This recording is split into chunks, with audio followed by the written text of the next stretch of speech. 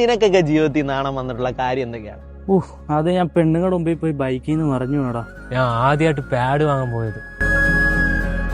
നീ പാഡ് മേടിക്കാൻ പോയിട്ടുണ്ടോ? ഉണ്ട്, ഫ്രണ്ടിന് വേണ്ടിയായിരുന്നു.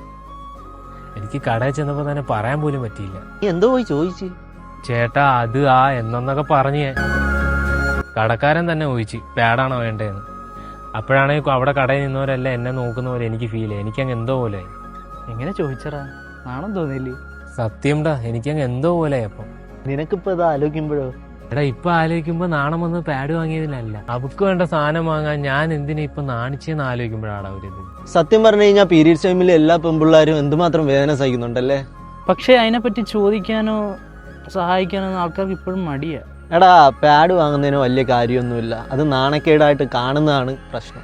എടാ ഇതൊക്കെ സാധാരണ കാര്യമാണ്, സാധാരണ രീതിയിൽ കണ്ടാൽ തീരാവുന്നേ ഉള്ളൂ ഇതൊക്കെ.